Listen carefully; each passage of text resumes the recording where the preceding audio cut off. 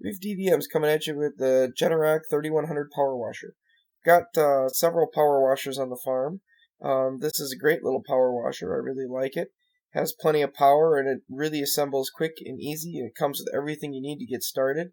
Pretty compact little guy for about 400 bucks. Nice wand, nice ergonomical grip.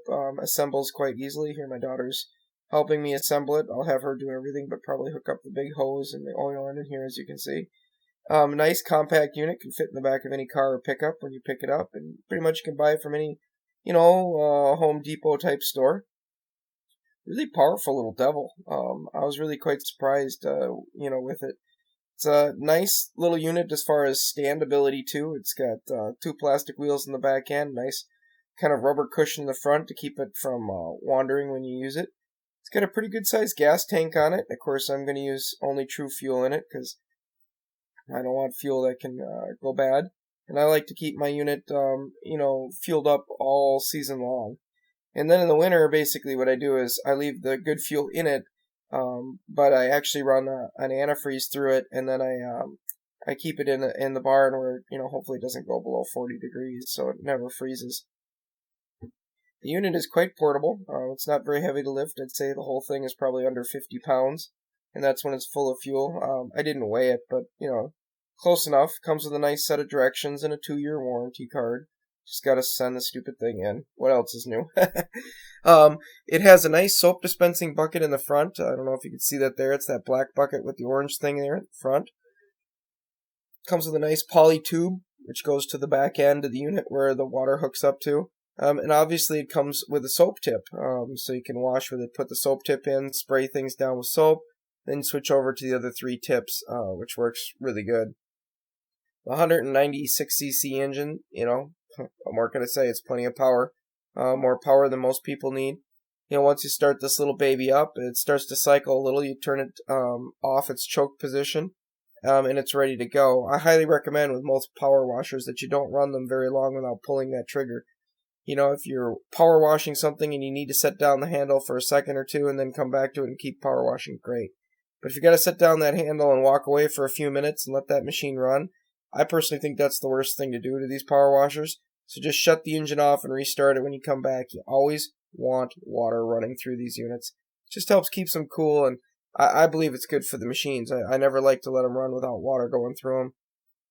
Has a nice typical nozzle storage right there in the front for the different size nozzles, which is great. Like I said, there's 4 of them.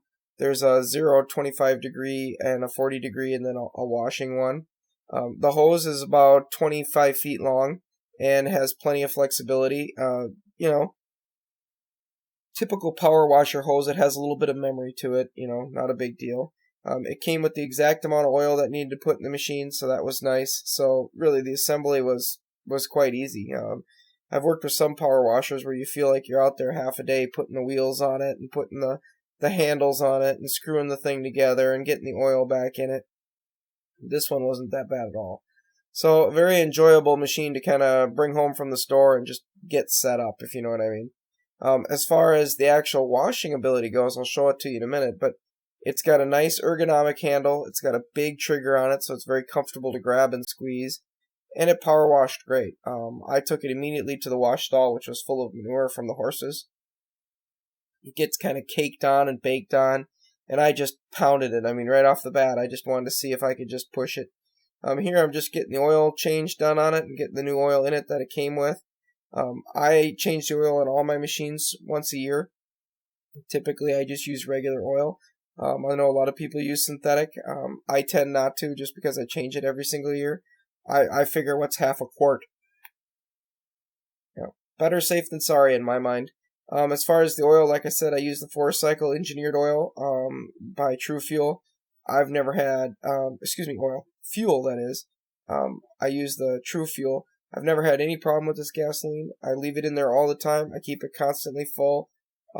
It's just been a fantastic gasoline. Now, granted, if you leave it in there for 3 or 4 years, it's still probably going to give you a problem, but it's a great gas to use, that's for sure. Sure, it's a little pricey, but I don't go through gallons and gallons of it with the power washer anyways. overall, this is a great machine. I give it a thumbs up review. I'm going to finish fueling it up here and take it over and start power washing with it. The one thing I always recommend, like I said, is wintertime, either run some antifreeze through these things if you're going to leave them sit out in the cold.